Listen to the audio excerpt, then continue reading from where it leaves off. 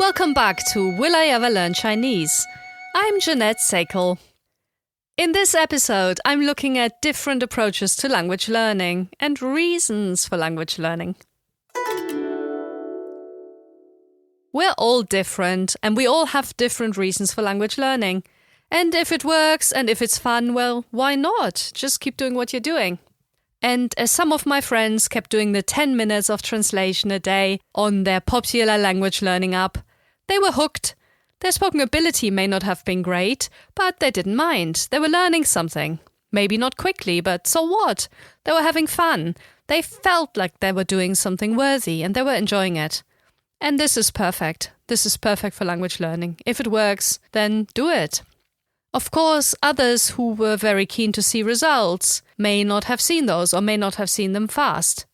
And in the next episode, I'm going to outline how I would personally approach learning a new language, and then what I would personally do to learn Chinese should I learn Chinese again. But in this episode, I want to look at language learning methods more objectively and from the outside. And I also want to look at what research is telling us. Then I'll look at the various reasons for language learning. We can argue that historically the first type of language learning was the type where you would either live in the country or speak to a speaker of the language, or then later maybe encounter a book in that language and try to decipher it. But in modern times, as the study of second language acquisition became commonplace, various methods developed. And the first is the grammar translation method. This is your sort of standard traditional language learning, and one that I've tried many times. My approach with Yoruba that I explained at the very beginning of this podcast would fall into this very traditional approach of teaching a language. That would involve a book that gives you some grammar, it introduces some sentences, and then you just go on to translate what you're learning into your native language or maybe another lingua franca, another language through which you're learning the other language. The grammar translation method does not always have to do with translation as such, but it rather refers to the fact that this method typically uses another language. So a language like English, that is used for translating the words into the target language. Also, grammar is taught explicitly and gradually from the easier structures to the more complex ones usually. So while this was a typical learning method for a very long time, it was always assumed to be the best way to learn a language, and many language courses were developed this way. But in my experience, it does not always work well, and linguists today also agree that it has its shortcomings. For example, I often found it tricky in the long run. Speakers would develop a heavy accent because they wouldn't really have listened to the language much unless they had some input. They would be able to recognize the language in books, but usually struggle with the spoken language. They could learn a language for a long time, learning seemingly irrelevant things, before reaching the stage where more relevant things would be taught, such as greetings. This is where innovation came in. For example, through the direct methods that were now being used. Direct methods are not using another language as the medium. There are many different approaches, and they involve repetition and drills. They include questions, comprehensible input, the audiolingual method, immersion, and so on. And often, rather than using books, these approaches would focus on sound. Not always, but often. Some had the idea that you just have to reinforce something for long enough, and then learning would take place. I have a friend who lived in China for a number of years, being part of an expat community and then working there. She put in a lot of effort to learn Chinese, but she said that she really struggled to progress beyond the basics. She was living in a housing area which was quite mixed, so there were some Chinese speakers, but most of the people were expats. She ended up doing a course in Chinese, but she said that her teacher was more interested in chatting about other things, and most likely in English. She has a certain level of Chinese and knows a fair few fixed expressions, but she never felt she got into the language. When I told her that I'm doing a lot of the things I find easy and enjoyable learning Chinese, such as watching television, she was quite surprised. She said, "Wait, I was surrounded by Chinese and I still didn't learn it." It is important here, though, to consider that learning will need some explicit learning. or at least some explicit attention to something. Letting something wash over you won't work. This is like the old so-called super learning, where you would listen to a tape at night while you're asleep and then miraculously learn the language. It turns out that doesn't quite work this way. Rather, you have to decide to learn consciously. That may be grammar rules that are expressed explicitly or implicitly, but it doesn't necessarily matter that much. What matters is that you try to figure out how something works and reproduce this yourself. As you're learning individual words and ways in which these words are put together, you come across something that you've learned and maybe remember a little bit, but your memory will suddenly be jogged and you realized that there's something you know, and this then reinforces your memory. And the next time you're coming across the construction or the word, you're already more aware and you may understand it better. And after a few more times, you may be in a position to use that word yourself. This is the way learning happens. It happens under the surface a lot. It's not always obvious that you're learning. You're not sitting there with a list of vocabulary to read through, but you have to start the process by learning a word and somehow making it conscious, understanding its meaning, understanding the language used in context. And once you use the language consciously, you'll be able to take more and more of the language in. Then you have to start communicating in the language, because it is in this situation that you are truly making sense of the language and starting to negotiate the language for yourself. Of course, if all you want to do is read Latin texts or understand Chinese dramas without subtitles, but not necessarily being able to speak the language, then it's fine to skip over this bit. But if your goal is to speak, the interaction element during the learning process is extremely important.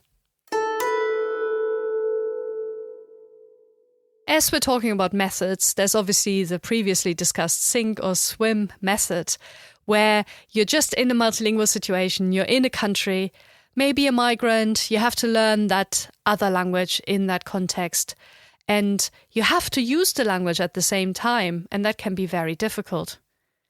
When there's the need to communicate, you will learn, but being forced to sink, being in a situation where you absolutely have no way out, this can be extremely hurtful to the learner. Being a bit more prepared and learning a language, or at least a bit of the language, before you get to the sink or swim situation where you have to use the language, is usually a much better process if that is possible. It makes learning another language so much more enjoyable as well. If we wanted to put approaches to second language learning into a very simplistic timeline, it would probably go something like this. It all started more or less with the sink or swim approach, where somebody would travel to another area and would pick up the language there, would learn the language in context. And we see this today in many multilingual situations where people speak various languages and where they're used to teaching languages to others. Then it became more formalized and it became subject of schooling, for example, and that was initially done through grammar translation, through translating, typically in the written format. Later, with the behaviorists and others, producing sound, drills in the phonetic lab, became commonplace and became the done thing. Then came understanding, such as through comprehensible input, understanding what is being said. But it's only really through producing meaningful utterances, the way in which language learning is approached in many different settings today. This is where the real language learning happens, learning by interacting. In my opinion, though, there's a little bit of all of this involved in language learning, and I wouldn't want to do without any of them. It's just that using one approach on its own may not be appropriate.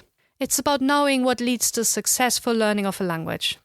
And today, many classroom-based approaches may be somewhat behind on this sort of theoretical approach to how language learning works, and they may not always involve the approaches that are the most beneficial for the learners.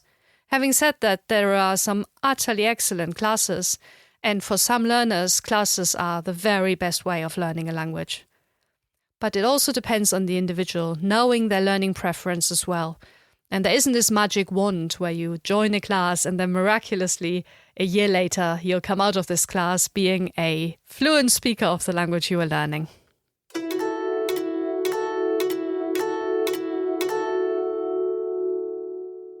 becoming aware of your own learning styles and evaluating them as you're going along is one of the most important aspects of this. And what worked for me was a very relaxed approach where I was doing some explicit learning. I was spending some time on vocab lists, but I was not overdoing it. It wasn't just the vocab lists. It was more like immersing myself in the language, hearing the language around me and speaking the language later during my learning process. And I was also writing and I was reading. I was trying to build it into my daily life. I wasn't forcing myself ever. When there was something I really didn't want to do, I didn't do it because I knew it would be harmful to my overall interest and motivation and might potentially lead to me giving up learning the language. I was reading things that were interesting. I was watching things I was interested in. I was also balancing my learning, ensuring that the different skills were covered, but in such a way that whatever I was doing was fun. At the lower intermediate stage, what I did was take the plunge, get out there and start communicating. And even if this was uncomfortable at first, I was getting better and I was realizing I was getting better. But my language learning was changing quite a bit over time, especially with this reflective approach of doing something that I felt was useful, but at the same time doing things that I enjoyed. I started relatively structured with my gamified learning program and then the writing program. But when I reached the intermediate stage and I started to understand more, I could much more freely curate my own learning journey. I started listening to podcasts and watching videos and so on.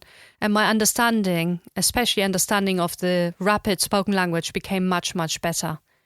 And I started to watch a lot of Chinese television to relax, but at the same time to learn and to hear the words that I had learned in context. I only started my first proper classes, if we want to call it this, at the intermediate stage, when I was already able to speak more freely. And these were lessons with conversation teachers, so they didn't involve any formal topics or grammar structures or the like. We were just having a chat, and when I did not know a word, I would find it. Or my teacher would help me find it. And the teacher would correct my language, encourage me to speak. It was a very safe space where I could experiment with new sentence constructions, new words I didn't totally know, and so on. And this was before trying them out in the real world, where I could potentially lose face. I built Chinese into my life. I linked it with my hobbies. I found friends with whom I could speak Chinese. But I also started to build it into my work, starting to research the acquisition of Chinese and ultimately using Chinese, for example, in another podcast series. So what are the reasons for language learning? Why are people learning languages? Why am I learning languages? Well, you could learn languages for a job or for fitting into a culture, maybe having moved to another country and wanting to learn to speak the language of that country. Being able to speak with others in general or just traveling. I mean, there are so many different reasons out there, and these are often personal. Sometimes people have the desire to know a language, but not the energy to learn it, and that's fine.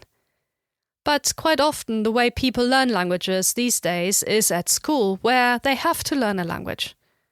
And the way languages are taught at school is not necessarily beneficial to the students, because language learning in school can be quite dire.